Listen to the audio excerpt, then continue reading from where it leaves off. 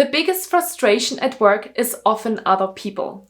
If only they would answer their emails, be available, and help you when you need to, your life would be so much easier, wouldn't it? In today's video, I want to share 5 tips with you on how you can improve your collaboration with your coworkers, especially during this pandemic, while keeping your stress levels low. So let's get started.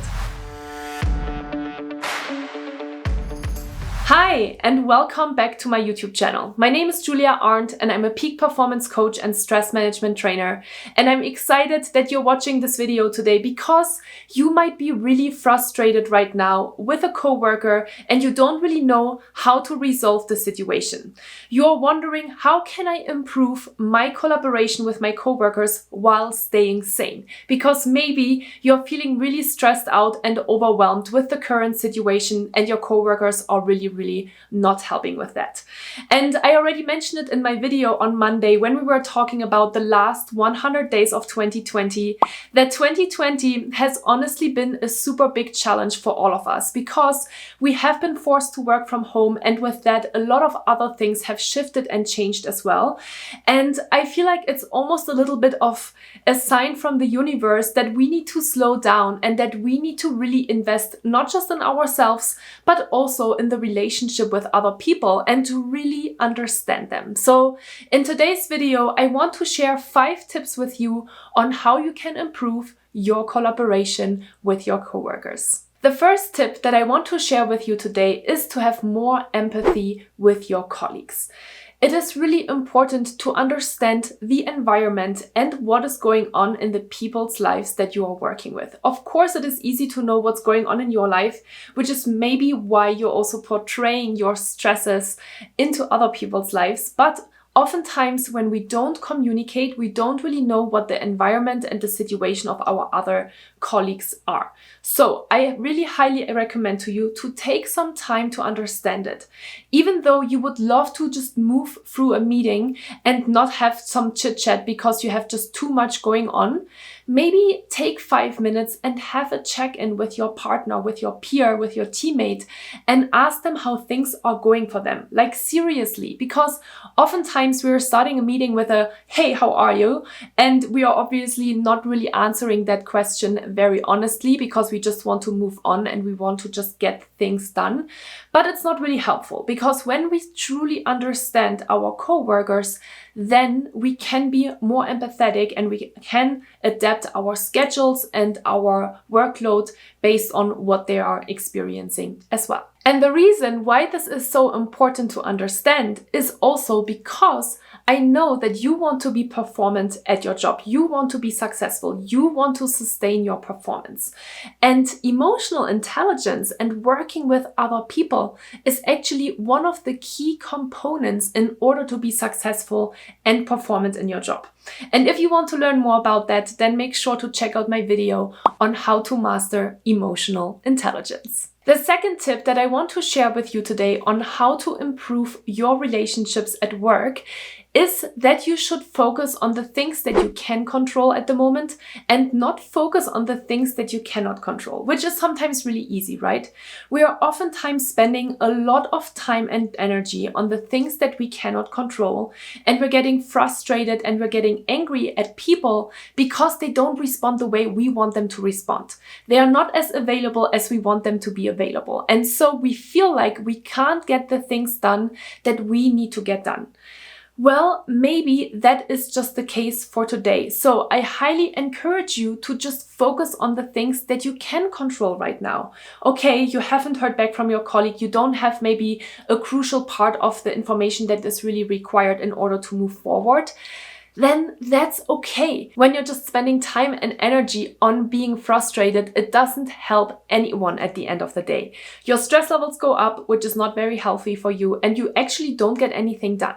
So I highly encourage you to focus on the things that you can control and focus on something where you have enough information, where you can move forward, and where, of course, at the end of the day, you can still feel accomplished. The next tip that I want to share with you in this video today is that you need to be more considerate. Yes, I know this is maybe not easy to hear, but it is really important while working from home with other people that you're being considerate about, of course, their work environment, right? And be more empathetic, which we already talked about. And also at the same time to be respectful of their boundaries. You need to have your own rules and your own boundaries because you only know what's good for you. And at the same time, your colleagues also need to do that. So there needs to be a self-respect and understanding that everyone is responsible of their own life. And there's a really good video on my YouTube channel about self-responsibility, which I highly encourage you to watch with regards to this topic. But here's an example. If you have to, for example, work in the evenings and you need to send out a lot of emails or you're really needing some type of information, don't be inconsiderate and just ping or chat a person after their working hours or send a ton of emails when people are offline, because oftentimes people still check their emails and then they feel kind of forced to get back online to help you out. So there's obviously a lot of different ways of how you can manage that, right? You can still work in the evenings, but I would, for example, in this case, really highly encourage you to schedule your emails to the next day to show consideration for your colleague, especially when you know that if you send them an email that they would probably check it and respond to them in the evening. So create these boundaries and talk about that with each other as well. And I think at the same time, what is important to mention here as well is that you're being more vulnerable. So share what's kind of going on in your life. And it comes back also to that empathy piece, right, that we talked about in the first tip. It is important that you are just open about the challenges that you have at the moment, because everybody is. We oftentimes forget that we are all human beings and that we all have challenges and struggles in our life. So just be a little bit more open about what is going on, and I assure you the person that you are working with will understand. The fourth tip that I want to share with you today is that when you are working with other people and when you want to improve relationships with other people while working from home during this pandemic, is to set more realistic deadlines. I know that we are all peak performers and you want to just get things done and you want to perform at a really high level, but sometimes it is not easy to do that, especially when it comes to the well-being of working with other people, right? So it is important that you're being a little bit more flexible and that you set realistic deadlines. And it goes back to all of the other things that I have already said in this video about empathy and also controlling what you can control and letting go of the things that you can't control. Because sometimes if a person gets sick, or even if their kids get sick or their partners get sick and they need to step away from work, then that's just what it is. We don't have power over the situation. And the sooner you realize that, the sooner you can move on from that and focus your energy on something else, the more successful you're going to be. And finally, the last tip that I want to share with you today, which I often share in my videos, is that you need to manage your time. Time management is really important when you are working with other people, because you can only have really good relationships with the folks that you're working with when you are really clear about what your time looks like and how your boundaries look like, right? All of these different things that are part of the peak performance method. So I highly encourage you to do the 5-day free time management course on my website to really be clear on how to manage your time, because once you know how to manage your time, you can of course then also communicate that to your coworkers, and the relationship is going to be a lot more clear. They know what to expect of you.